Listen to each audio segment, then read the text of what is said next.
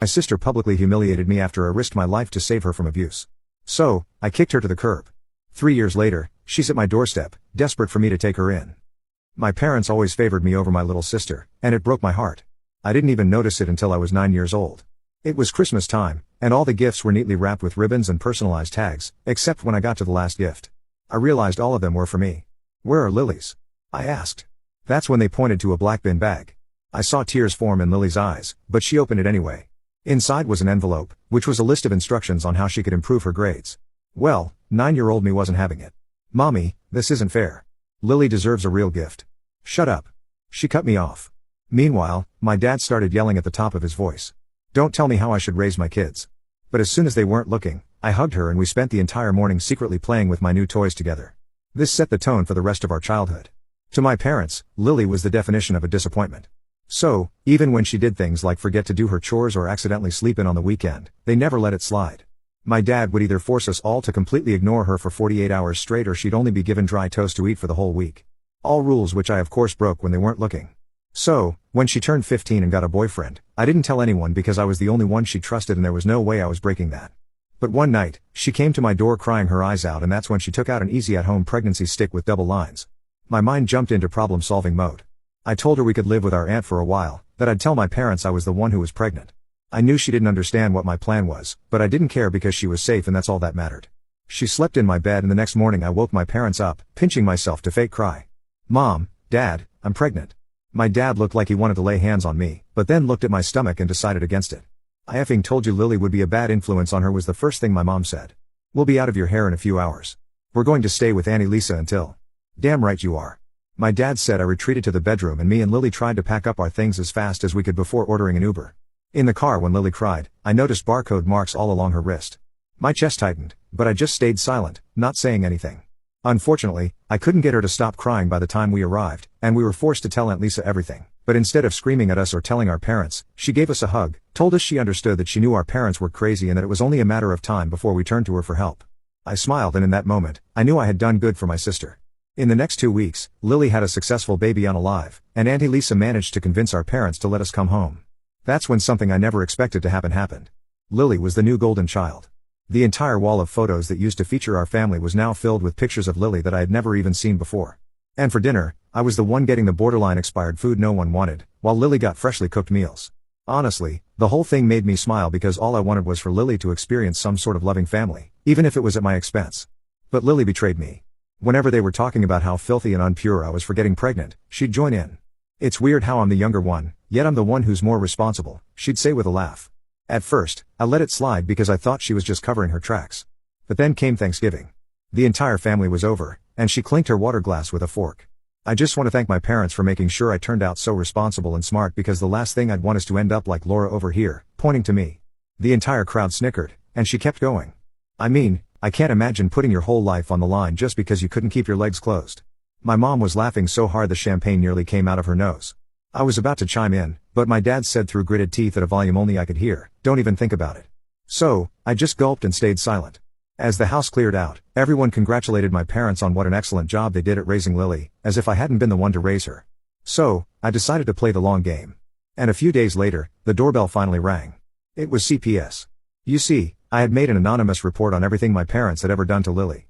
So, when it was time for my interview, I laid it all out for them. No truth was left untold.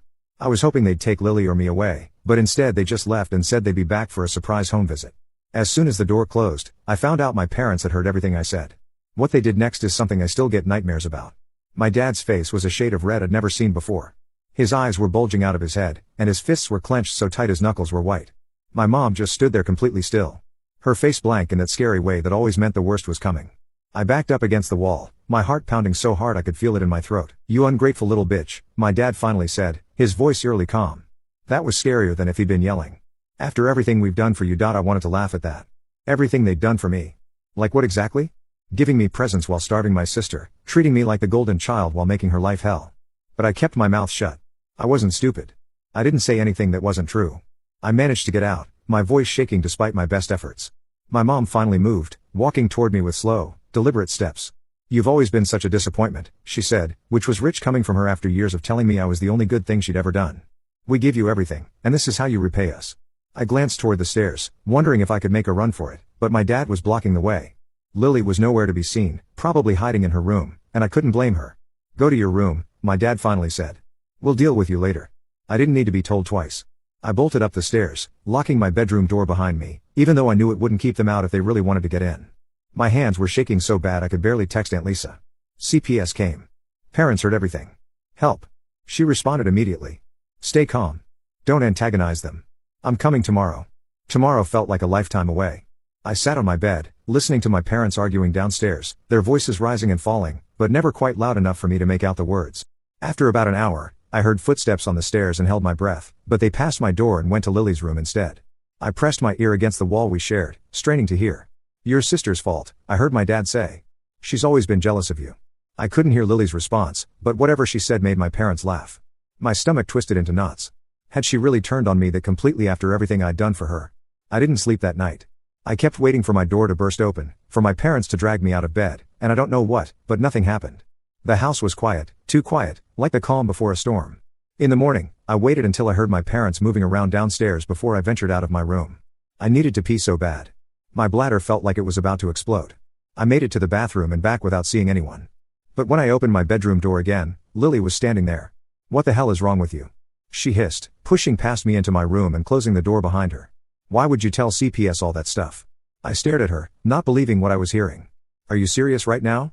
After everything they did to you, they're better now, she said, not meeting my eyes. They treat me good. You're just jealous because you're not the favorite anymore. I felt like I'd been slapped. Jealous? I pretended to be pregnant for you. I took the fall so you wouldn't have to, and now you're acting like I'm the bad guy. Lily's face hardened, but there was something in her eyes. Fear, maybe, or conflict. Yeah, well, maybe I didn't ask you to do that. Maybe you just wanted to play the hero. Before I could respond, there was a knock at the front door downstairs. We both froze, listening. I heard my mom's fake, cheerful voice, the one she used for company. And then Aunt Lisa's familiar tone. Relief flooded through me. That's Aunt Lisa, I said. She's going to help us. Lily's eyes widened in panic. You called her? Are you crazy? Dad's going to kill you. He's not going to do anything with Aunt Lisa here, I said, more confident than I felt. Come on, let's go downstairs. But Lily shook her head. I'm not going anywhere with you. You're trying to ruin everything. She stormed out of my room, leaving me standing there in shock. After everything, she was chewing them over me. I took a deep breath and headed downstairs, my legs feeling like jelly. Aunt Lisa was sitting in the living room with my parents, a cup of untouched coffee in front of her. When she saw me, relief washed over her face, but she kept her expression neutral. Laura, honey, my mom said in that fake sweet voice, your aunt just stopped by to check on us. Isn't that nice? I nodded, not trusting myself to speak. My dad was watching me like a hawk, his eyes promising consequences if I said the wrong thing. I thought maybe the girls might want to come stay with me for a few days, Aunt Lisa said casually. School's out for spring break and I could use some company. That's very kind of you, my mom said, her smile not reaching her eyes. But we have family plans. Actually, I said, finding my voice. I'd really like to go with Aunt Lisa. The temperature in the room seemed to drop 10. My dad's jaw tightened. But before he could say anything, Lily came bounding down the stairs. Aunt Lisa, she exclaimed, all smiles and sunshine. I didn't know you were coming over. Aunt Lisa looked between us, clearly sensing the tension. I was just inviting you girls to stay with me for a few days. Oh, that sounds fun, Lily said. But then she glanced at our parents. But Mom and Dad already promised to take me shopping for new clothes this weekend. I couldn't believe what I was hearing. She was choosing new clothes over getting away from this house. But then I saw the fear behind her eyes. The way she was carefully positioning herself away from our dad. And I understood. She was scared. She'd learned to survive by playing their game. Well, maybe just Laura then, Aunt Lisa suggested, looking at me with concern. My dad cleared his throat. Actually, Laura's grounded. She's been telling some pretty serious lies lately. Aunt Lisa's eyebrows shot up. Is that so? It's not a lie, I said, my voice stronger than I expected. Everything I told CPS was true. The room went dead silent. My mom's fake smile vanished and my dad half rose from his chair before catching himself. I think Aunt Lisa said slowly that Laura should come with me today just to give everyone some space to cool down. She's not going anywhere, my dad said firmly. Aunt Lisa stood up, her full height making her almost as tall as my dad. James, I'm not asking. I'm telling you that Laura is coming with me today. I held my breath watching the standoff. My dad looked like he wanted to explode, but something in Aunt Lisa's eyes must have warned him off. Fine, he finally spat. Take her. She's nothing but trouble anyway. I ran upstairs to grab some clothes, my hands shaking with relief. As I was throwing stuff into a backpack, Lily appeared in my doorway again. You're really leaving? She asked, her voice small. Come with me, I pleaded. Aunt Lisa will protect both of us. She shook her head, tears in her eyes. I can't. You don't understand. Then help me understand. She glanced over her shoulder, then stepped into my room, closing the door behind her. Dad said, if I don't play along, he'll hurt you. He said he'd make it look like an accident. My blood ran cold. What? That's why I've been saying all that stuff. I thought if I was mean enough to you, you'd stay away and be safe. A tear slid down her cheek. But now you've made him really mad and I don't know what he's going to do. I hugged her tight, feeling her thin shoulders shaking. Come with me, I whispered again. Please. But she pulled away, wiping her eyes. I can't. Just go.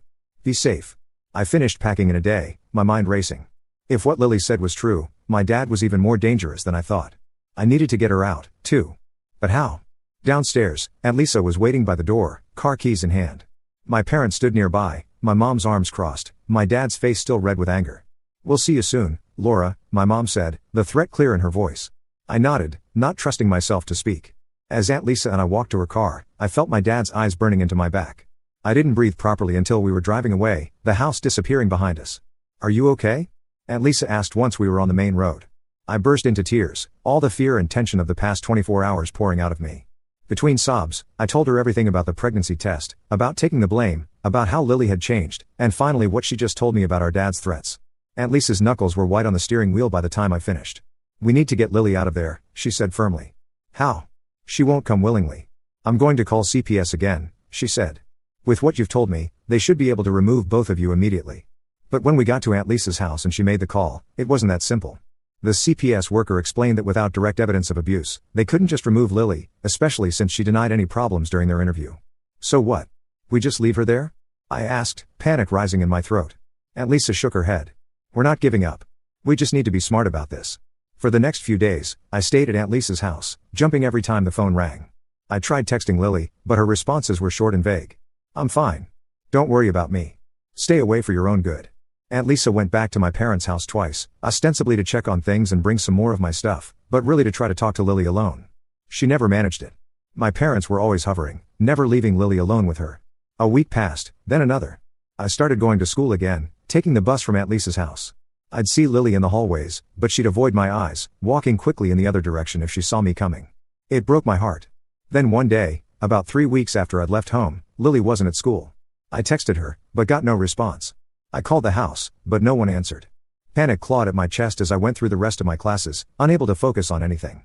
After school, I took the bus to my old neighborhood instead of back to Aunt Lisa's. I had to see if Lily was okay. As I walked up our street, I noticed my dad's car was gone, but my mom's was still in the driveway. That was unusual. My mom almost never stayed home alone. I hesitated at the front door, then decided to try the back. Using my old key, I quietly let myself in through the kitchen door. The house was silent. No TV, no voices, nothing. I crept through the kitchen toward the stairs, my heart pounding. Lily, I called softly. Mom, no answer. I went upstairs, checking Lily's room first. It was empty, her bed neatly made. My old room was untouched, like a museum to my former life. My parents' room door was closed. I hesitated, then slowly turned the knob. My mom was lying on the bed, staring at the ceiling, an empty med bottle on the nightstand beside her. For one horrible moment, I thought she was dead, but then she blinked slowly, turning her head to look at me. Laura, she slurred, her eyes unfocused. What are you doing here? Where's Lily? I demanded, fear making my voice sharp. Gone, my mom mumbled. With your father, he said. He said they needed time alone. Ice flooded my veins. Where did they go? When are they coming back? Don't know, she said, her eyes drifting closed again. Cabin, maybe. Your father's so angry these days. The cabin. My dad's hunting cabin up in the mountains about 2 hours away. We'd gone there a few times when I was younger before Lily was born. It was isolated, miles from the nearest neighbor. I backed out of the room, pulling out my phone to call Aunt Lisa. No signal, of course. My parents' bedroom was always a dead zone. I ran downstairs to use the landline, but the cord had been ripped out of the wall. Panic rising, I ran back outside and down the street until my phone showed bars again. I called Aunt Lisa, my words tumbling out in a rush. Slow down, she said. You're at your parents' house. Is Lily there? No, she's with Dad at the cabin. Mom's here, but she's all drugged up on something. I think Dad's going to hurt Lily.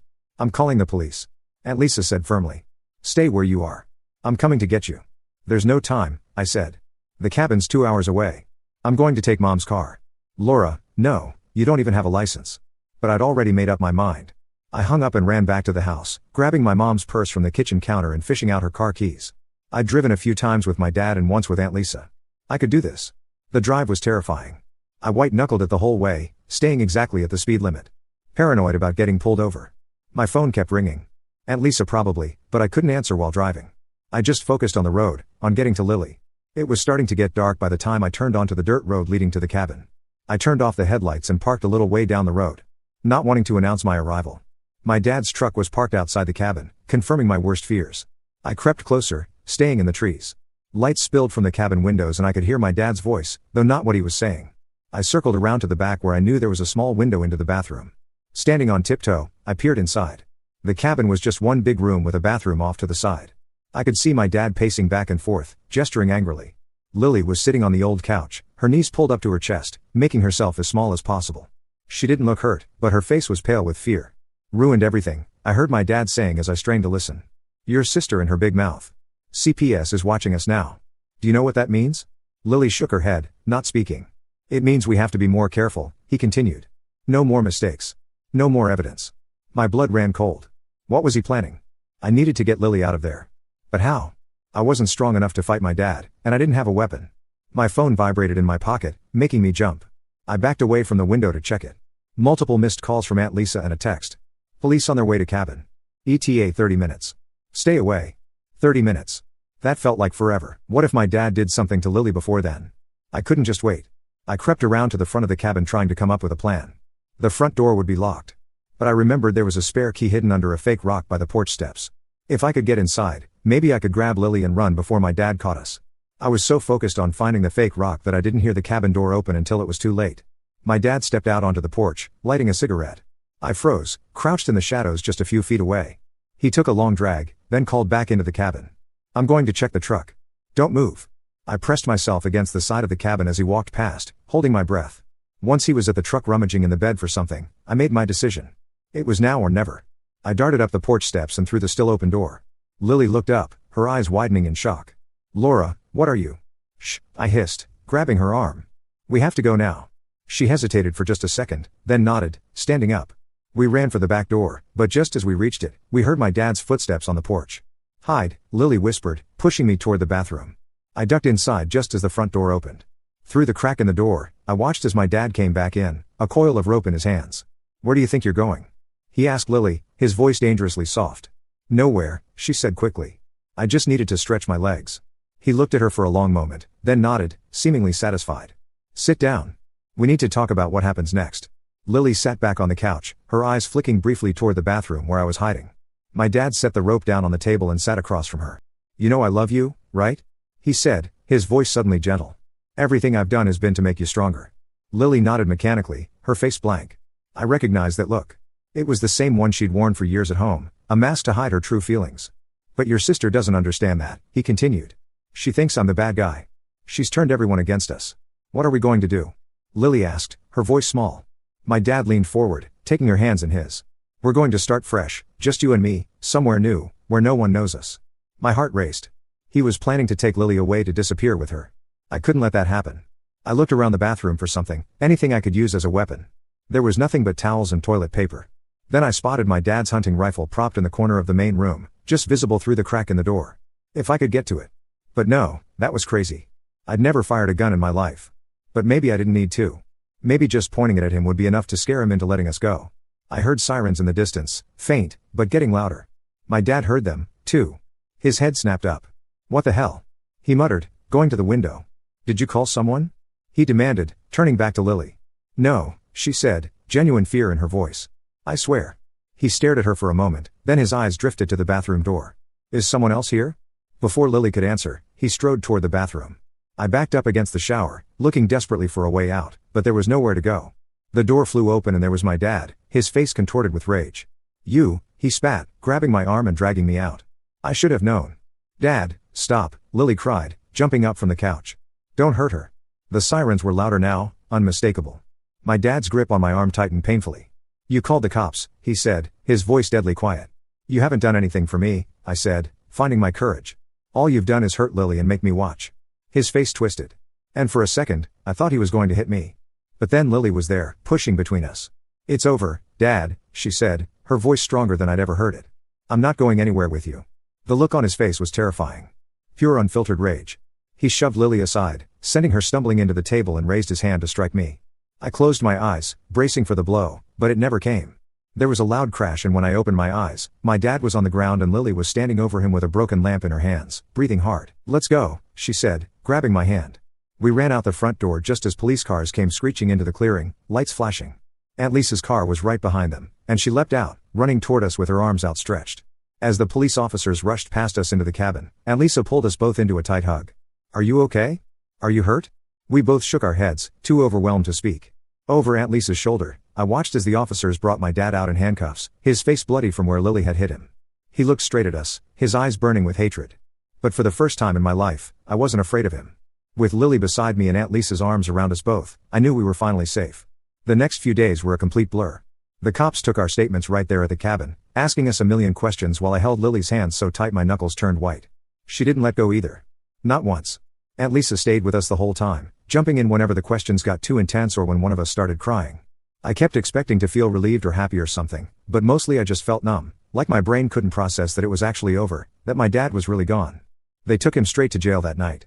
The officers told us he was being charged with child endangerment, making criminal threats, and a bunch of other stuff I can't remember now. One of the cops mentioned something about flight risk since he'd been planning to take Lily away. When we finally got back to Aunt Lisa's house, it was like 3 a.m. We were both too wired to sleep, so we just sat on her couch drinking hot chocolate while Aunt Lisa made a million phone calls. I remember Lily looking at me with these huge eyes and saying, "I can't believe you came for me." Like it was surprising or something, as if I would ever leave her behind. The next morning, a social worker named Marissa came to talk to us. She had this super gentle voice and kept offering us snacks every 5 minutes. She explained that we wouldn't be going back to our parents' house, which was fine by me. I never wanted to set foot in that place again. "What about our mom?" Lily asked, picking at a loose thread on her sleeve. "Is she in trouble, too?" Marissa got this careful look on her face. "Your mother is currently in the hospital. She took some pills, but she's going to be okay physically." I wasn't sure how to feel about that. Part of me was still angry at her for letting everything happen, for choosing my dad over us every single time. But another part remembered how scared she always looked when he got mad, how she flinched when he raised his voice. "Can Aunt Lisa be our guardian?" I asked, getting straight to the point. No way was I going through the foster system or whatever. "That's what we're working on," Marissa said with a smile. "Your aunt has already started the paperwork." The next couple weeks were weird. We stayed with Aunt Lisa while all the legal stuff got sorted out. We had to go to the police station a few more times to answer questions. We met with this lady prosecutor who kept calling us brave young women and promising my dad would pay for what he did. My mom got out of the hospital after a week. She called Aunt Lisa's house a bunch of times, but I refused to talk to her. Lily did, though. She'd take the phone into the guest room and close the door, and I'd hear her voice rising and falling, but couldn't make out the words. She never told me what they talked about, and I didn't ask. School was the worst. Everyone knew something had happened, but no one knew exactly what. There were all these rumors flying around. Some people said my dad had tried to kill us. Others said Lily and I had made everything up for attention. A few girls who used to be my friends stopped talking to me completely, like my family drama might be contagious or something. But then this weird thing happened. People I barely knew started being super nice to me. This girl named Tanya, who I'd maybe spoken to twice before, started saving me a seat at lunch. The school counselor, Mr. Reeves, gave me a pass that let me skip class whenever I needed a break. My English teacher stopped calling on me when my hand wasn't raised. One day after gym, I found Lily crying in the bathroom. Some girls had been whispering about her, saying she was making it all up. I got so mad. I wanted to punch something. "They don't know anything," I told her, handing her some paper towels. "They weren't there." She wiped her eyes and gave me this little smile. "I know. It just sucks." "Yeah," I agreed. "It really does." The court stuff dragged on forever. My dad kept changing lawyers and trying to get the charges dropped. My mom hired her own lawyer and filed for divorce, which was probably the only smart thing she'd ever done. Aunt Lisa got temporary guardianship of us both, which became permanent after a few months when my mom signed away her rights. I still remember the day we found out my dad was taking a plea deal. Aunt Lisa got the call while we were eating dinner. She stepped into the kitchen to talk, but we could still hear her. 10 years. That's it?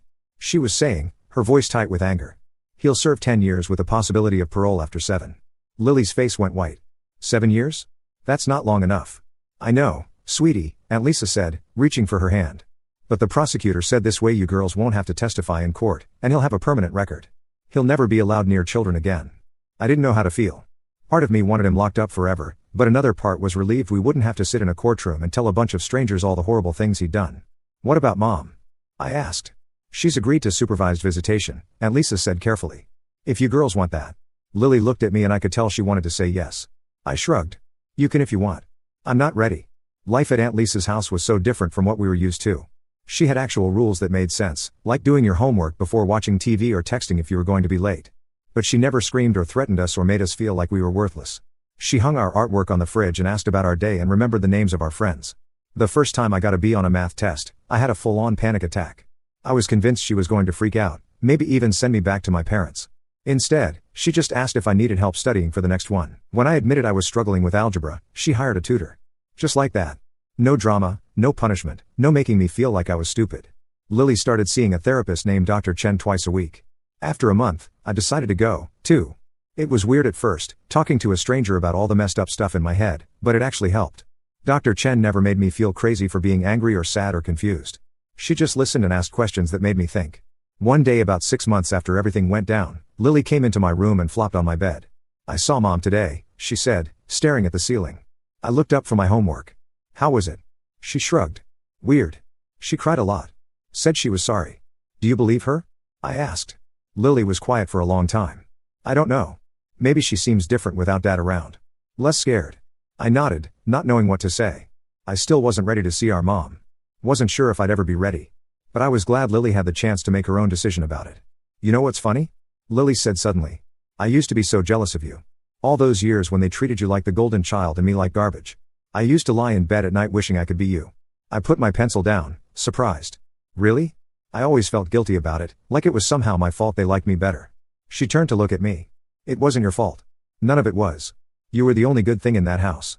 I felt my eyes getting hot with tears. "You were the reason I stayed as long as I did. I couldn't leave you there alone." She reached over and squeezed my hand. "I know. Thank you for that." We didn't say anything else. We didn't need to. A year after moving in with Aunt Lisa, we officially changed our last name to hers. It was Lily's idea and I was on board immediately. I didn't want anything connecting me to my dad anymore. The day the paperwork came through, Aunt Lisa took us out for ice cream to celebrate, and we took a bunch of silly selfies with our new IDs. That night, I had a nightmare about my dad.